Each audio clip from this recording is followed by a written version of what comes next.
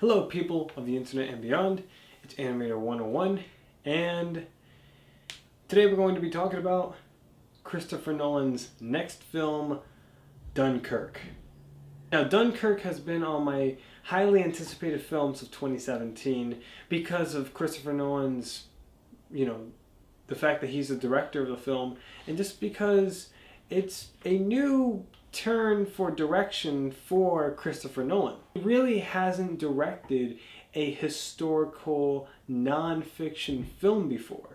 He's always directed films based on source material or his own original content, but never on a historical subject matter. So I was really interested to see what Christopher Nolan was going to bring to the table, because he has shown that he is an excellent director with films like the Dark Knight trilogy, Memento, The Prestige, Inception, and maybe Interstellar.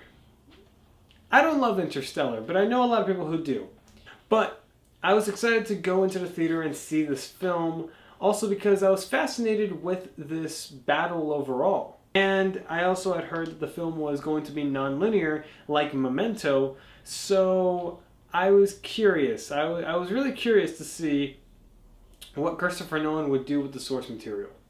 And what I have to say is that Dunkirk is a very fascinating, thrilling, expansive war film.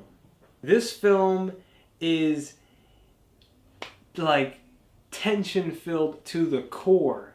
Really matches Christopher Nolan's style, where he loves to do realistic filming where he rarely uses CGI, and that's what really makes this film just pull you into the world of Dunkirk. It's just a beautiful and such a scary movie in a lot of ways. There's a lot of parts in the film where you're holding on to you're holding on to your seat, like you could be at the edge of your seat and you may not know what's going to happen next. And this feeling of not knowing what's going to happen is also heightened by the fact that this film is completely out of order.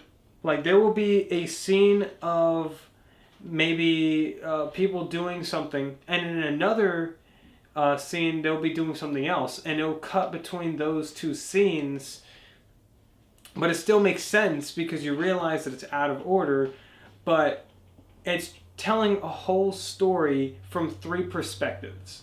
And I think when you see that, once you realize that, then you'll start to realize that this film really is mind-blowing. It's just like how Memento, if you've ever seen that movie, it played with your expectations and it played with the way time is used in film. There's not a lot of films that really are taken out of order and expect you to put it together like a puzzle. But Dunkirk does that, and it does it really well. Of course, this is all in part to Christopher Nolan's excellent direction. And there was hardly any CGI in this film. Like, I'd read about the fact that they used real-life vehicles, real locations, and they put these actors in really difficult situations. But it's really amazing to see all of this on screen. Like, you have to watch the film to believe what I'm saying, because this film is really an awe-inspiring film. It's one of the most bleak yet beautiful war films of like the last maybe 20 years. Down to the fact that not only is this film really interesting and really profound, like a lot of the things in this film are just eye-opening, just what these people had to go through. On that note, That's like the one negative that I can really think of this movie. And it's kind of large, but at the same time, I don't know if it's a big deal to really say this, but I'm going to mention it anyways. And that is that the characters are very hard to connect with, personally speaking. There's no characters that I could say I really felt for, or like I really personally connected with. But at the same time, that's not the point of this film. To think of it as like Dunkirk is not about the people in the war, but instead it's about the war itself. It's about this whole situation that happened with so many soldiers and so many people, and it almost seemed impossible to beat the odds.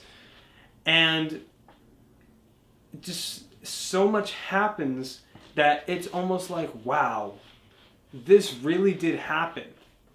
You feel like you're with these people. You don't know any of these people. You don't know their names. You yourself feel like a soldier in this situation where you don't personally connect with anyone, but you want to make sure that everyone survives, everyone gets back to their families, and everyone gets to see the light of day. And that's just really powerful. And I think that's why I don't think it's a huge deal, but I still would say it's a negative, because I've seen many war films where even if it's about the war, there have been characters that I could personally connect with and that I could see myself in their shoes.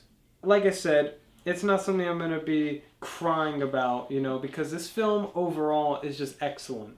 I should also mention that Hans Zimmer's soundtrack, while I had no expectations, the soundtrack was phenomenal.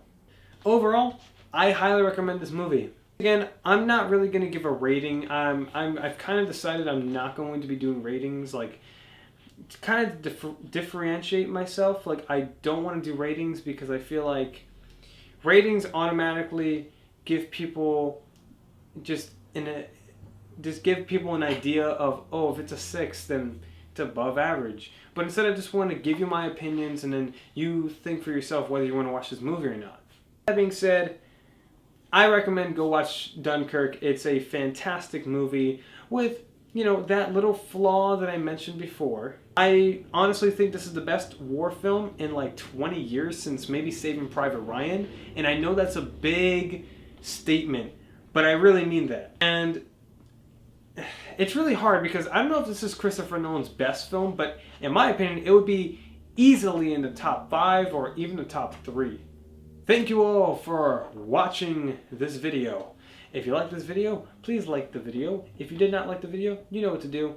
And share this with people around you. And subscribe if you want to see my next video. And have a good day.